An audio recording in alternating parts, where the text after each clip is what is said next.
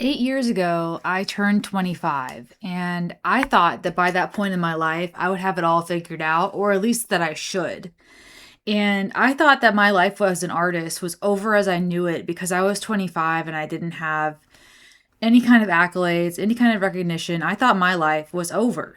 And now I embrace the pace of going at my own speed, of arriving when I get there, and of being a late bloomer. And I'm finding beauty and being exactly where I'm supposed to be. And I want to let all of you guys know that you're not behind. It is this inner capitalist slave driver that tells us otherwise. But we are not behind, because behind what and behind who? We have this internalized boss, this internalized bully that tells us we're supposed to be a certain place at a certain time. And when I was 25, I thought that since I had not made it as a visual artist in something like Hollywood or something like that, I had failed. And it's embarrassing and shameful to admit that my view on life was so binary and so linear and so black and white, that I thought that in order to be successful as an artist, I had to be impressive to other people. I had to have a certain title. I had to work at a certain studio. I had to be signed as an artist, like as a visual artist at like a AAA game studio or a motion picture studio or something like that. And it took me a very long time to deconstruct this, because I really did feel aligned with this idea that I was behind in life.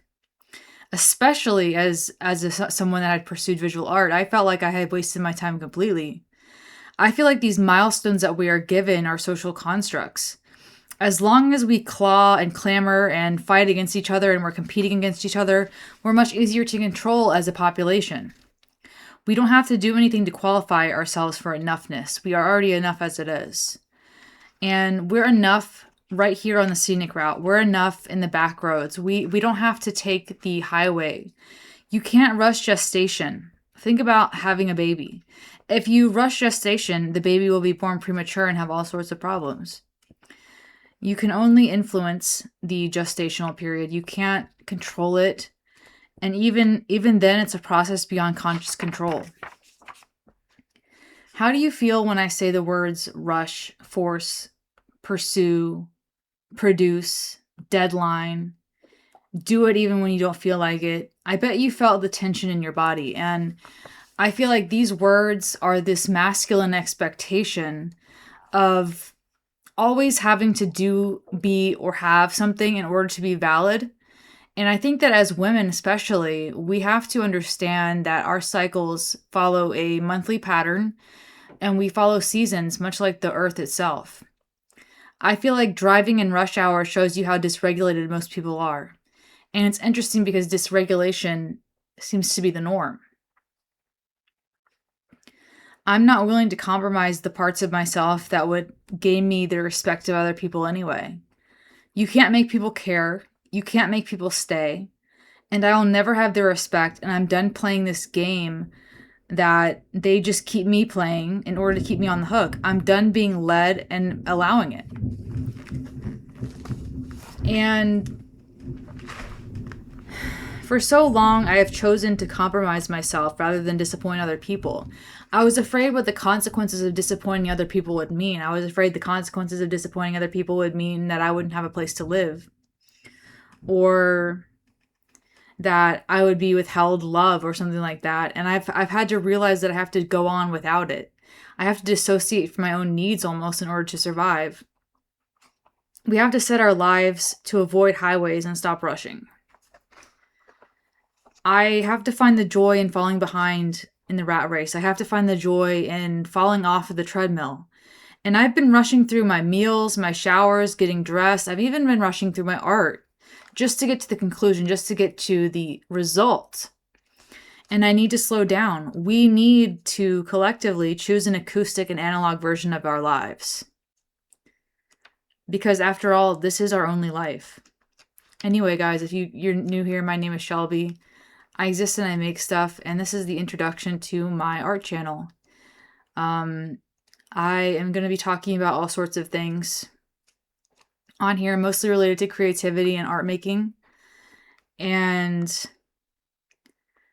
I feel like we have to screw everything. We have to let go of the goals, the expectations. We have to shut our brain off and allow ourselves to no longer be buffeted by the misguidance of other people. It involves pissing people off and being cut off after saying enough is enough. It means saying, consequences be damned, I'm going to stand up for myself. And that's easier said than done, but we already know what the consequences are for compromising our own lives. We know what we know what the consequences are for saying no to ourselves and ignoring our intuition. But we've become so comfortable with that level of pressure, with that level of discomfort, with that level of malaise, that how long are we going to let it go on before we finally hit rock bottom with ignoring ourselves and telling ourselves that we're not there yet? And if we were only where we were supposed to be, we would be happy. And the thing is that even if we met these milestones, even if we were that person that met every milestone on time or ahead of time, I don't think it would mean that we were any happier or better off anyway. We have to get comfortable pissing people off. But what awaits at the other side is greater than the familiar discomfort of being the square peg in the round hole. It's better. And I'm just trying to figure out that pace for myself. I feel like the closest I've ever been to the truest me was when I was a kid, but even then there was conditioning there. I miss just playing and frolicking in the woods, and my niece, who's young, is trying to remind me of who I used to be. And it's only through the contrast of seeing how free she is versus seeing how pent up and angry I am all the time that I've realized that I've lost so much of myself to suppression. I could feel the sun setting and the seasons turning on the summer of my life, and the first brisk winds of the unknown had me anxious and wishing for a way back. But in the end, it's only by breaking away that I've begun to experience freedom. It's only by walking into the winter that we can truly be free of what came before. I've always had a choice, but I did not allow myself to see those choices. I had always told myself that I had to do what was expected, that what was expected was not a choice. It was what I had to do. I would always say, but I have to do it this way because of so-and-so and this reason. In the end, we're on our own timeline. And so much of our lives are lived for other people. Someone else designed this timeline. Someone else designed these ideas of milestones for the lowest common denominator, for the median. It's not built for outliers. It's not built to measure people that don't fit in. And this was built for convenience. It was built for their benefit and not for ours. I don't need to prove that I am worthy to anyone. I just need to dissociate from the people who view me as unworthy as the default anyway. Ignoring the rhythm of your body is a form of harming yourself. We don't have to bully ourselves anymore. We can rebel and learn to love who we are. I always liken it to this. Different Pokemon evolve at different levels. For example, a Dratini comparing itself to a Caterpie might say, well, I'm not fully evolved by level 10 like you are, Caterpie. I must not be as strong and as good as you are. But we all know that Dratini evolves into one of the strongest Pokemon in the game. It just evolves at the very latest level of any Pokemon in that series. At level 55. And the people I need in my life, I've realized need me to need them. They're addicted to being needed. And I have to kind of dissociate from these people that need me to need them, that keep me in a state of dependency, because they're getting something out of it. They get this feeling of control out of me needing to need them. And they need to be needed. So there's people in my life that are actively benefiting from the fact that I need them. They say that they want me to be independent. They say that they want this and that and the other. But in reality, we're keeping each other stuck in this codependence. And it's not all because of me.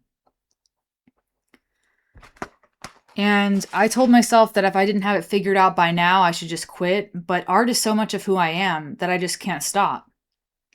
I've decided that I'm going to live with my parents in my 30s. That's what I'm doing right now. I needed a cheat code to save money and to focus on my art, and that was it. I don't feel shame about it anymore.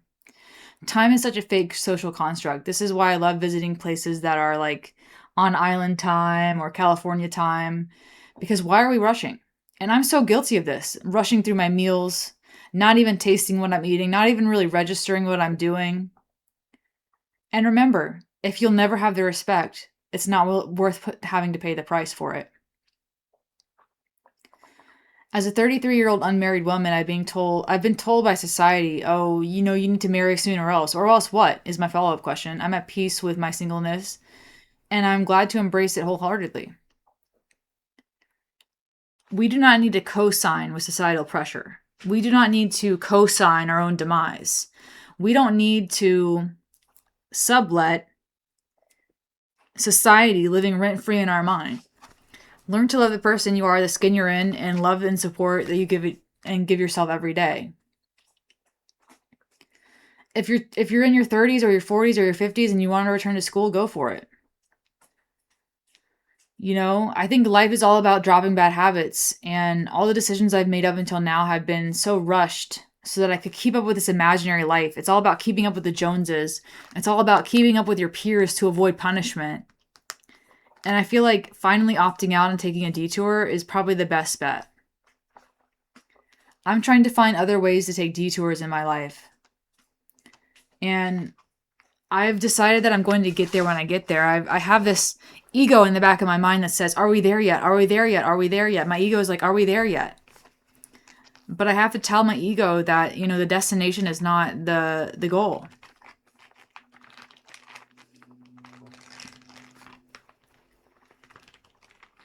And I've had panic attacks waking up to go to my day job and to go to school. I've had ideations to end my own life when it comes to being misaligned and having to show up to a situation that is horribly misaligned for me. I've had physical symptoms. And what's interesting to me is that I had this bad gut feeling all throughout my childhood whenever I would push into something and push past discomfort. And eventually that bad gut feeling became a disease. That feeling of dis-ease became a disease. And the disease was ulcerative colitis. And this is an autoimmune disease where the immune system attacks the large intestine. It essentially sees it as a foreign invader. Your own immune system is going to attack your colon as though it doesn't belong there. Of course, your colon is very important. But it seemed like I had stored all my anger. I had stored all my dis-ease. I had stored all my discomfort. I had stored all my malaise. I had stored all of this negativity into my colon. And it was almost as though I had attacked that part of myself.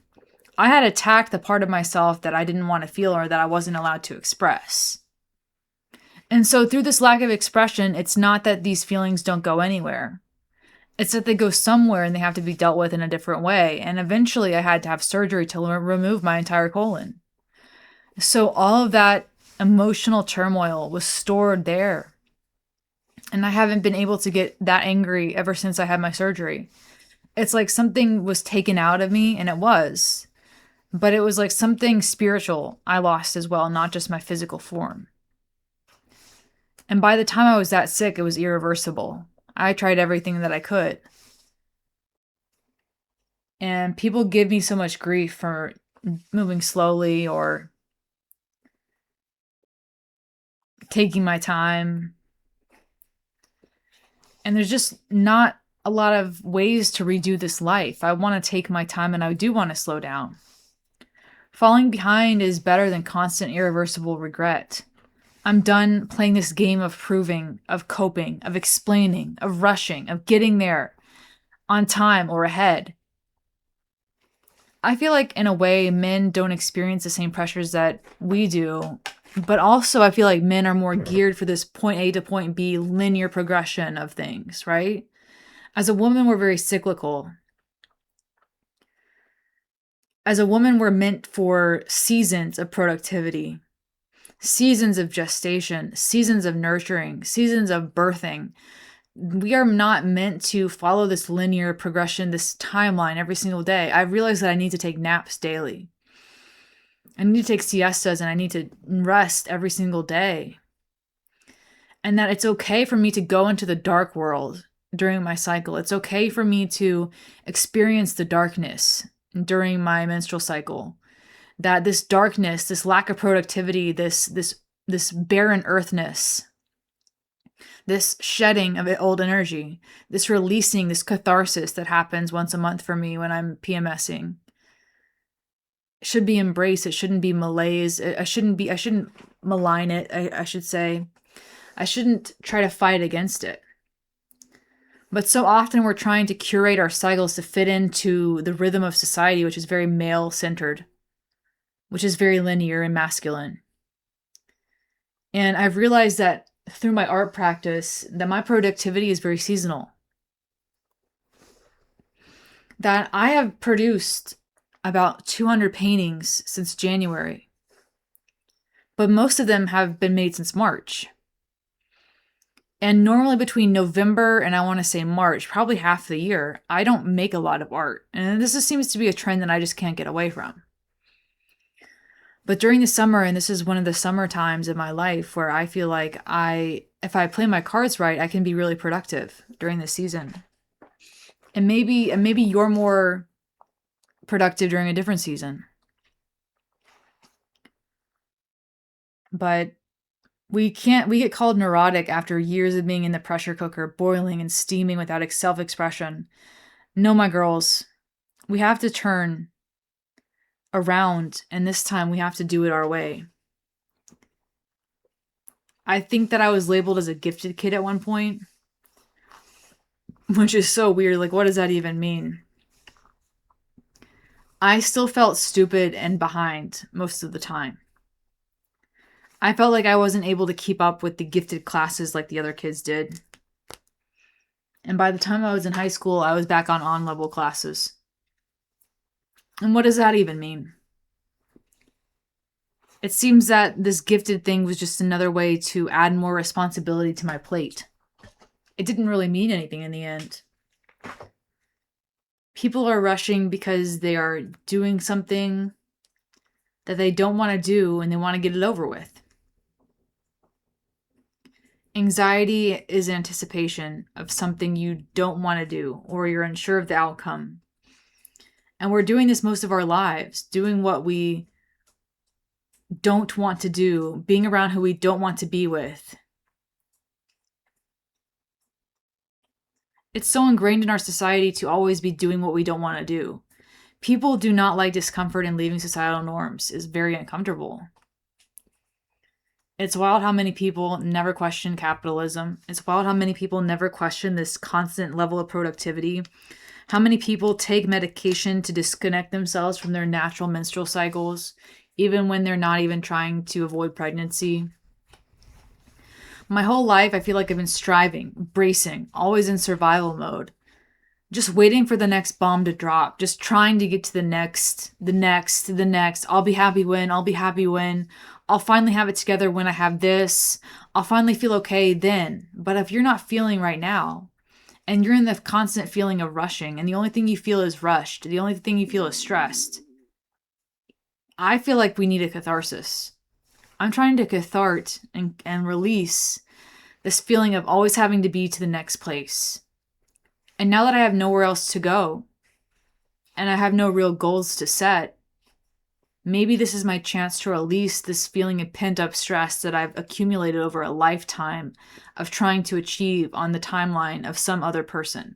Of who? Of society? Who even invented this stuff? It just seems so arbitrary. We were made this way to be factory workers, not creators, not thinkers. Time is fake, money is fake, the rat race is not real. My inner oppressor has this wage slave mentality and people-pleasing mentality that keeps me oppressed. I feel like we have to address our inner oppressor. And I know that as a white woman, my inner oppressor may be different than yours if you're a different race or something like that. But in the end, race is a construct as well. I don't really have that deep of an insight on that conversation, though. But I feel like we've all been victimized by capitalism.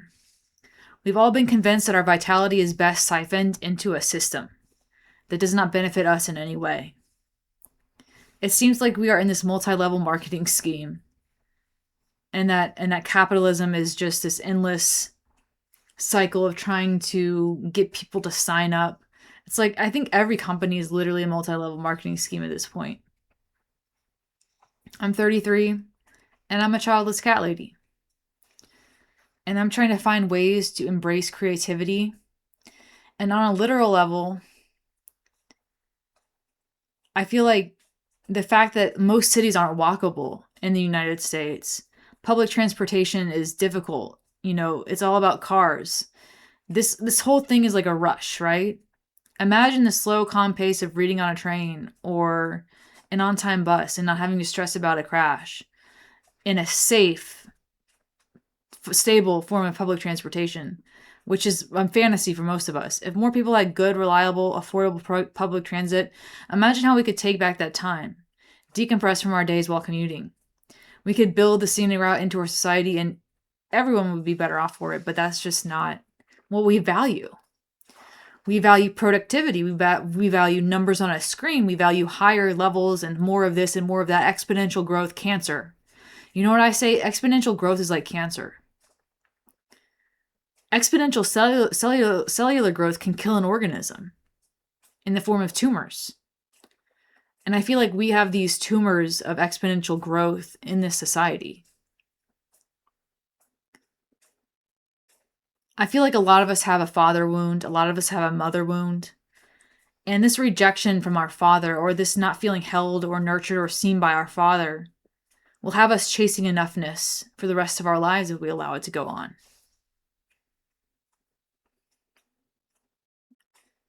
And we're very good at rationalizing our emotions, right? I can tell you all about my father wound or whatever the hell, but I haven't really experientially released it.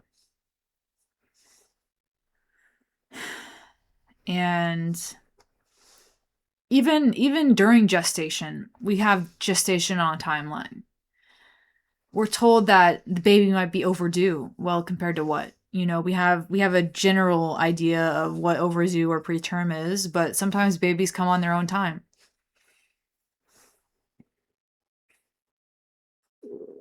Imagine the absurdity of trying to schedule something as divine as childbirth.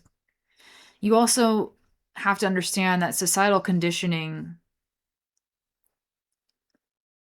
it conditions us to take the same path in life so that we're forced to compete with other people. And as someone who has been chastised for not living my life conventionally, I appreciate you guys for understanding that there are different ways of life. Doing things differently and at your own pace brings you the peace of being in your own lane. And if you're just racing against yourself and to no destination, there is no competition.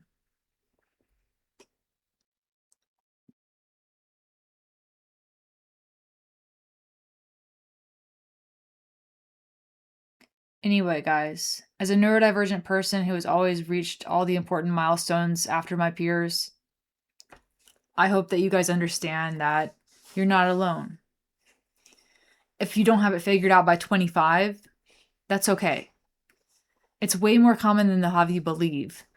And if you're just comparing yourself to the front runners or comparing yourself to anyone at all, you have to change the paradigm, and that's going to be a process. And I hope that this video helps you get through the rush hour of your life.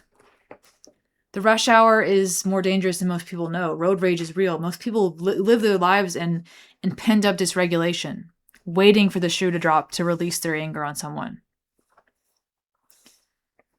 And I discovered this. Experts have stated that maybe up to 3 hours after someone gets home from being in rush hour traffic, they are extremely susceptible to having a major heart attack, even 3 hours after getting home from rush hour. Rush hour traffic is like, I'm so blessed that I don't have to do that. My secret is that my parents are letting me stay with them, and that's my secret. I know that's not an option for everyone.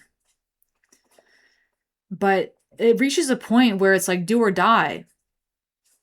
So many people, it's not a game out here. People are having heart attacks in their 40s, in their 30s. People are getting colon cancer in their 20s. I had my whole colon removed when I was 19. These gut feelings that we're ignoring. It's not even just the food. It's the adverse childhood experiences. It's the compromising ourselves under capitalism. Everything adds up.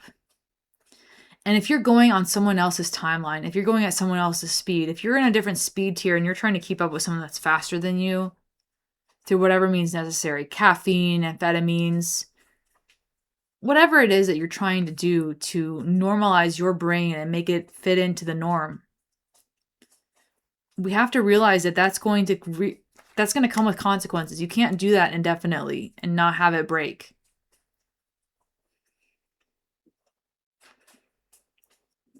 And I hope that you guys find comfort in the fact that if you're 25 and you're feeling trapped to the point where you want to end your own life, that once everything falls apart, and things will fall apart, and I'm not saying it's going to be clean. I'm not saying there's going to be a way out of this. It's not messy. I'm saying that the ego death that you go through when everything collapses and you can't go back to the person you used to be and all your plans are shattered, there is another side to it. And you have to kind of find a meaning in a slower pace. I've been battling through a valley of anxiety and depression, clinging to all faith, to the goddess, to God, whoever will listen. And I want to remind you guys that we are all on our own path and our own timeline. We are on the scenic, winding route. We are in the backwoods. We are in the deep wilds of life. Not the freeway that's been carved and paved and is congested. We are in the uncharted backwoods with no path. And a lot of times, this path is not visible to the people on the freeway who are driving parallel to us, maybe. And maybe we're taking a meandering way to the same location, but it's going to be our way. And it's going to be messy. It's going to be difficult. We're going to be exposed to dangers that we wouldn't have been exposed to any other way. Dangers that society might even blame us for even bringing on ourselves in the first place. You can be behind in life. But just remember, those who are ahead could be dead. You're just behind in death. That's all it is. Because in the end, we all end up in the same place. And if you're lucky, you'll make it to the 80-year mark. But I've seen on YouTube time and time again these young people getting diagnosed with cancers, with heart attacks, with all this stuff that you wouldn't even believe. And as someone that almost died when I was 20 years old of a gastrointestinal related disease, and who buried my father when I was 17, I can tell you that facing your own mortality it shatters an illusion of safety that a lot of young people have. And there's really no coming back from that level of ego death, losing a parent and losing your own health very young. And I don't know if I've fully integrated it. I've tried to get back to that belief of being able to accomplish anything that I had before. But I'm damaged. My life is altered. My life is no longer capable of going full speed ahead like I used to do. I have to choose to take a different route. I have to choose the uncharted wilds. I have to choose to follow the stars and to get there some other way. And while it looks like the path ahead may be smooth to someone that just sees me on the surface, these internal gauntlets that we're all facing, what we're processing, is invisible to everyone else. And that's what makes it so difficult, because we end up getting gaslit a little bit by people. Why aren't you doing this? Why aren't you doing that? Are you applying for a job? So-and-so got a job at this. Your cousin's doing that. It's very difficult to dissociate from comparison when it's always in your face. And social media is like that. Social media is built for us to be comparing ourselves against people. This is why I want to live somewhere where I don't have to have a car. It's just so stressful trying to get to point A to point B. I wish we, as a country, had movement built into our day. I know Japan's far from perfect, but they're healthier than we are. I think we can agree that physically speaking, Japan is healthier than we are. And a lot of it is because they have movement, walking, built into their day to get to point A to point B. But that's never going to happen.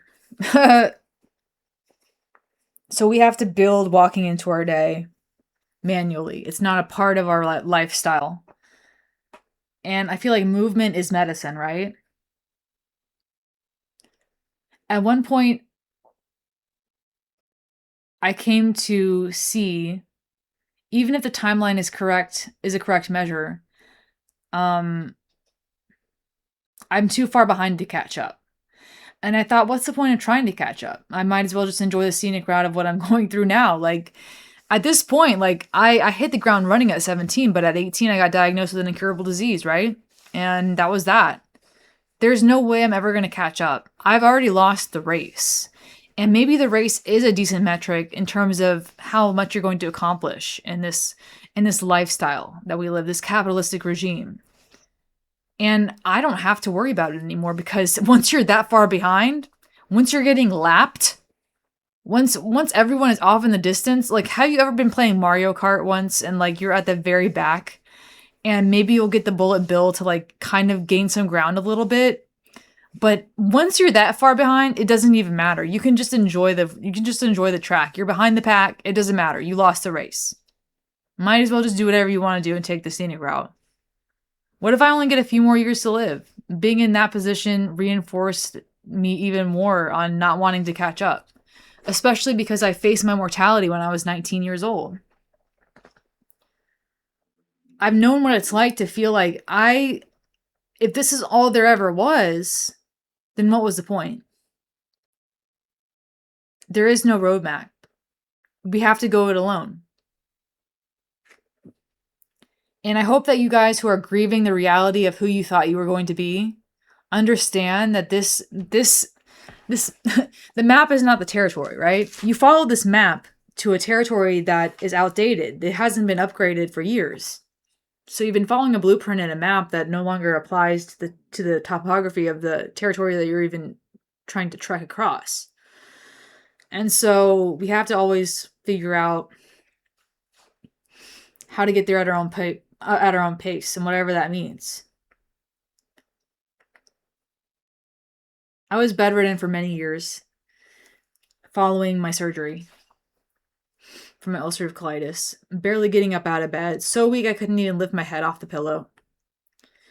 And I'm just realizing that I've been driving myself into the ground with the demands of some mysterious overlord, some internalized overlord.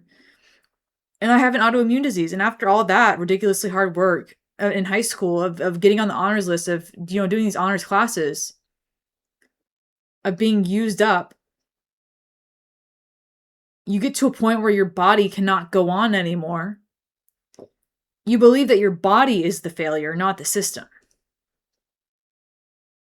And you'll get fired the next day. You get sick. They'll replace you tomorrow.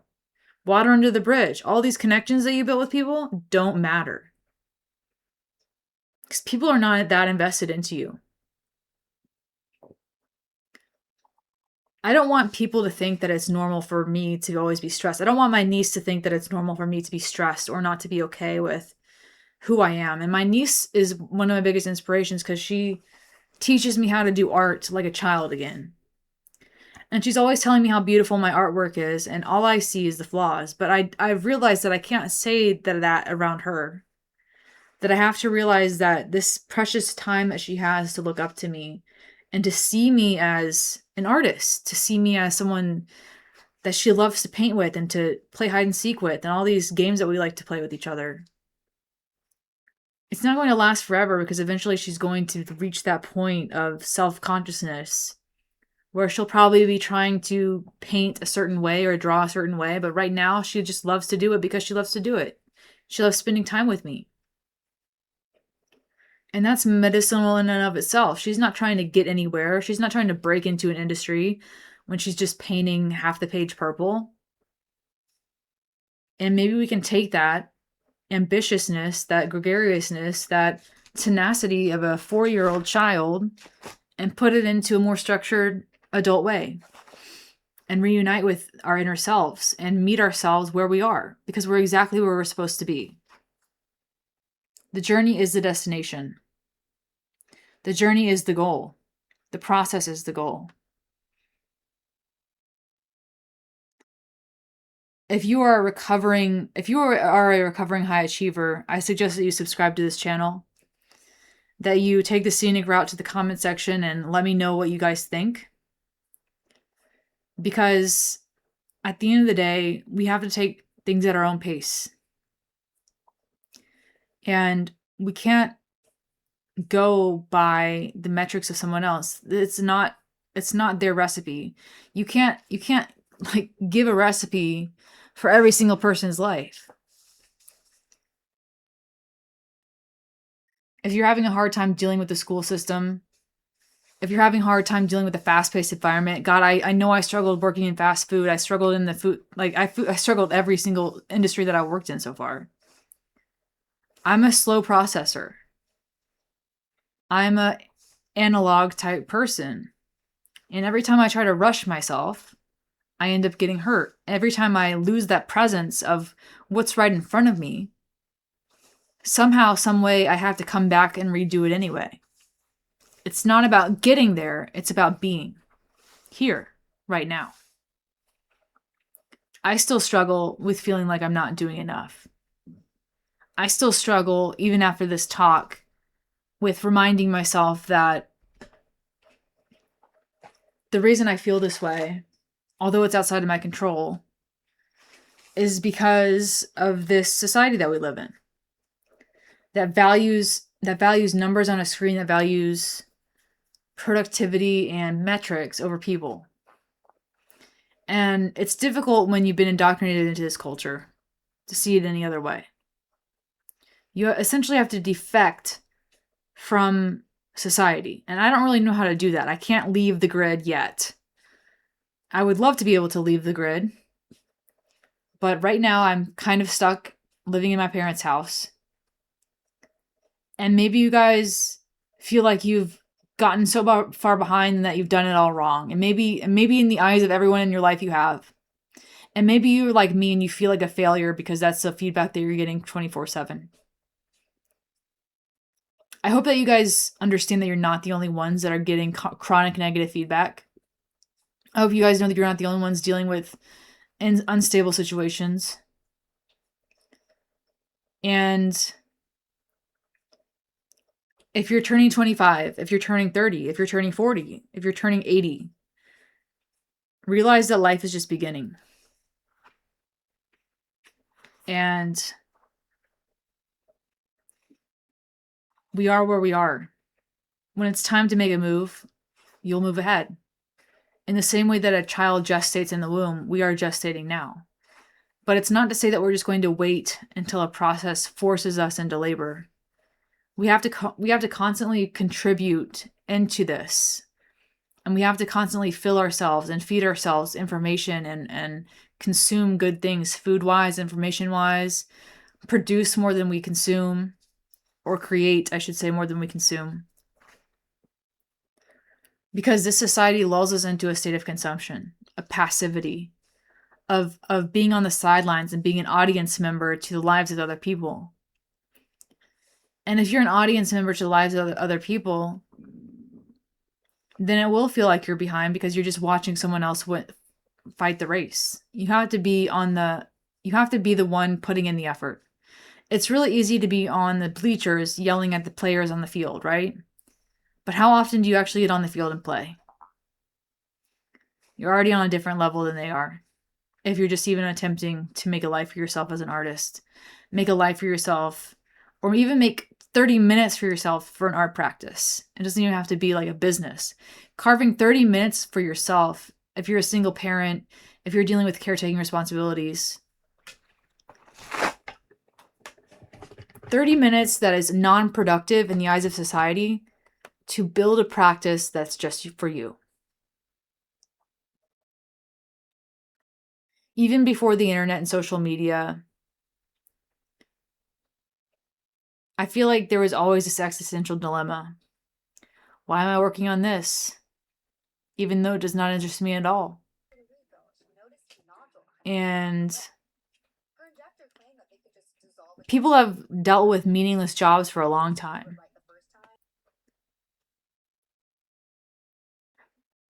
And it's kind of funny that sometimes you'll look at a homeless person and be like, they don't have to rush and hurry anywhere. They have all the time they want to sit, observe, chat, drink coffee. And I know alcoholics are not the happiest people, but maybe they were doing something right. Maybe they have a point. Maybe the tweaker on the street that's like the government is right. You never know. And I know it's very easy to romanticize homelessness when you're not living it, right? Homelessness is I'm not even going to go there. It's a whole different issue, but I don't have to worry about that. Maybe you don't either. One of the affirmations that I've adopted over the past couple years is whatever time I get there is the perfect time. I used to be so anxious to beat myself up over being too late. to experiences and events, to milestones and achievements. But reciting this to myself has melted away so much fear. And I want you guys to know that whatever time you get there is the perfect time. Everything is unfolding exactly as it should. You are exactly where you're supposed to be at any time.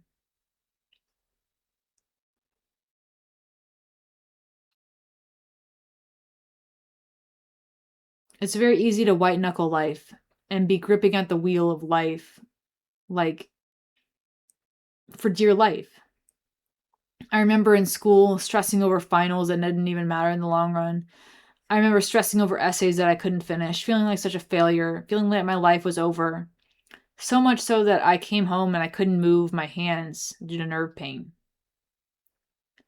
And I remember overexerting myself to the point of like tendinitis. For what? What was it all for in the end? I just want you guys to know that if you are between a rock and a hard place, if you feel like you're not going to achieve something, if you feel like you're going to be in crippling debt, let it rot. I mean, obviously do your best to not have that happen.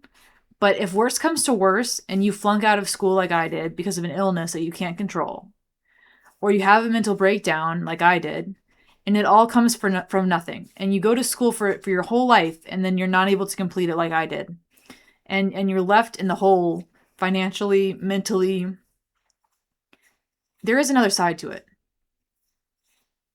Everyone's going to be pressuring you to get back on the horse, but you know that it's not gonna ever happen. And eventually you're going to have to bridle this anger and say to them, look, I'm not doing what you want me to do anymore. I've done it your way for as long as I can, and this is where it got me, and I'm gonna have to live my life. Support me or not, I can't do it anymore. And you're gonna have to get to a point where you don't even care if you get kicked out on the streets. And maybe what you're afraid of isn't even that bad. Maybe you would find a way to survive on the streets. Maybe you would actually like the day-to-day survival on the streets better than the day-to-day survival in the office. You don't know that. Now, luckily, my situation never got to that point, but I was afraid that it would. And since that was never even a realistic possibility, I was worried over nothing.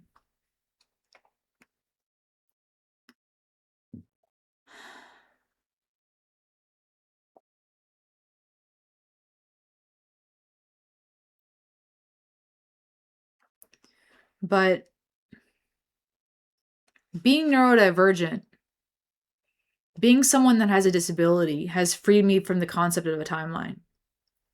And maybe you're queer, maybe you're black, maybe you are trans, I don't know, like whatever your situation is, maybe you're an immigrant.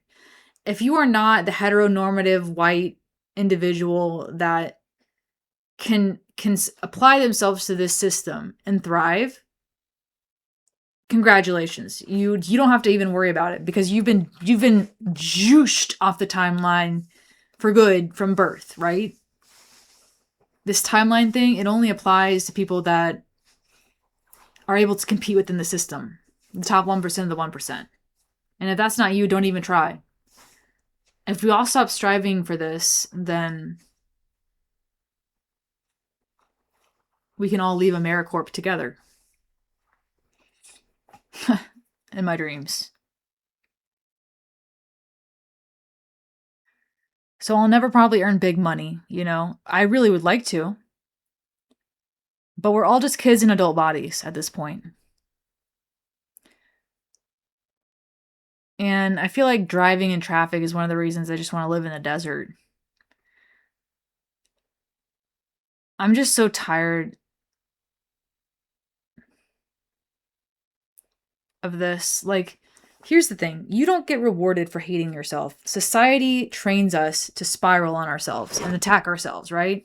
My body attacked my own body. That's a form of harm, I would say. I created such a self-perpetuating cycle of self-hatred that my own body attacked part of my own body. Automatically. An autoimmune disease. An automatic assault on my own body, by my own body, from my own body, caused by a psychosomatic spiral that I was not able to become conscious of or control because I was a child. And so by the time I'm 18, it's completely spiraling out of control. I'm under the knife, getting surgery, having organs removed from my body. And now all of a sudden, This high achieving person that I was is dead to me. I'm no longer the high achiever I was, 6 months before my diagnosis. And I can no longer play the game of life anymore. And now all of a sudden, everything that I know has been tossed aside. I don't know who I am. I don't know what this life thing is. I feel like I'm invisible, useless, all these things. And in being discarded by this society, I think I've finally discovered that by no longer being applicable, no longer being usable, no longer being energetically honed to be siphoned from this matrix, that's where true freedom is. And I hate that we have to wait until complete injury or near death to realize that this time is limited and that we have to find the miracle in the everyday. It doesn't have to be big moves. I feel like a daily practice of 30 minutes a day of some sort of mindful activity, just disconnected from everything else, some kind of movement. For me, I have to be moving. My meditation has always been walking. And art.